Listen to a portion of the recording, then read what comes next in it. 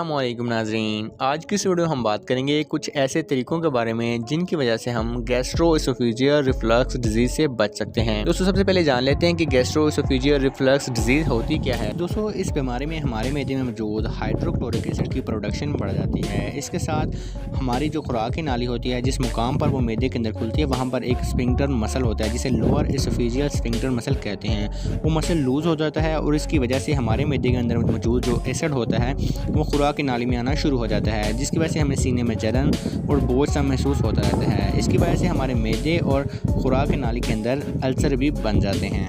तो दोस्तों अगर आप भी इस बीमारी से बचना चाहते हैं तो इसके लिए आपको अपनी लाइफस्टाइल के अंदर कुछ चेंजेस करना पड़ेंगे, जिनमें नंबर 1 पर आता है लिमिटेड कैफ़ीन।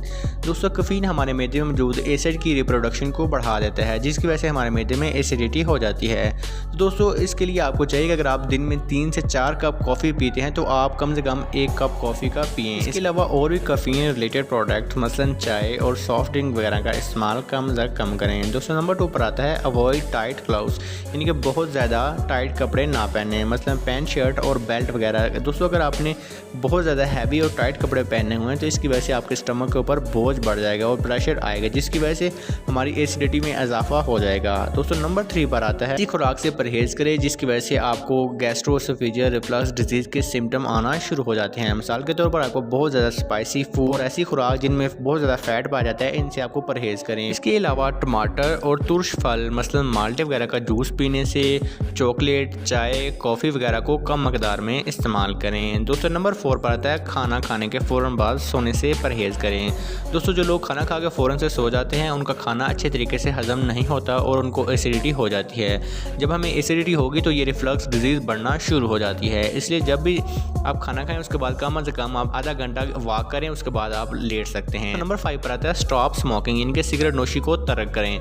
दोस्तों अगर आप चाहते हैं कि आपका मैदा हमेशा बेहतरीन तरीके से काम करता रहे तो आपको चाहिए कि आप अपनी सिगरेट नोशी की आदत को ख़त्म कर दें। नंबर 6 पर आता है सोते वक्त सर को ऊंचा रखना। दोस्तों ऐसे लोग जो सर के नीचे सरहाना नहीं रखते उनको एसिडिटी बढ़ जाती है, क्योंकि ग्रेविटी की वजह से हमारा जो स्टमक होता है उसके अंदर जो एसिड है वो ऊपर की तरफ आना शुरू हो जाता है और हमें सीने और मैदे में जलन होना शुरू हो जाती है। इसलिए जब भी सोएं कम से कम एक अच्छा सा सरहाना रख लें, जिससे आपकी गर्दन भी कंफर्टेबल है और आपका मैदे का तेज़ाब भी जो है वो मुँह में आना से बचे। दोस्तों नंबर 7 नंबर आता है मेनटेन आइडियल वेट। दोस्तों अगर आपका वज़न बहुत ज़्यादा है तो इसकी वजह से आपके स्टमक पर प्रेशर बढ़ जाता है और हमारे स्टमक के जो मसल हैं वो लूज़ हो जाते हैं और अच्छे तरीके से काम नहीं कर पाते। इसलिए आपको चाहिए कि आप अपना वेट हमेशा आइडियल रखें, अपनी BMI वक्तन फ़वक्तन चेक करते रहें। दोस्तों नंबर 8 पर आता है खाना कम खाना। दोस्तों कम खाना सुन्नत है और इससे हमारा स्टमक बेहतर तरीके से काम करता है। तो दोस्तों खाना खाते वक्त इसके 3 हिस्से कर लें, एक हिस्सा पानी का, दूसरा खाने का और तीसरा हवा का। इससे आपका मैदा कभी ख़राब नहीं होगा और आपकी सेहत भी बिल्कुल फिट रहेगी। इसके साथ अगर आप मेडिसिन का इस्तेमाल करना चाहते हैं तो इसके लिए दोस्तों आप इसोमेप्राज़ोल कैप्सूल इस्तेमाल कर सकते हैं। इसका तल्लुक प्रोटोन पंप इनहिबिटर ग्रुप से है, जो कि मैदे के अंदर एसिडिटी को कंट्रोल करते हैं और गैस्ट्रोएसोफेजियल रिफ्लक्स डिजीज़ के सिम्टोमेटिक ट्रीटमेंट के तौर पर काम करता है। दोस्तों उम्मीद करता हूँ आपको ये वीडियो पसंद आई होगी। अगर वीडियो से मुतल्लिक़ आपका कोई भी सवाल है तो आप कमेंट सेक्शन में पूछ सकते हैं। फिर मिलते हैं एक नई वीडियो के साथ, तब तक दीजिए इजाज़त।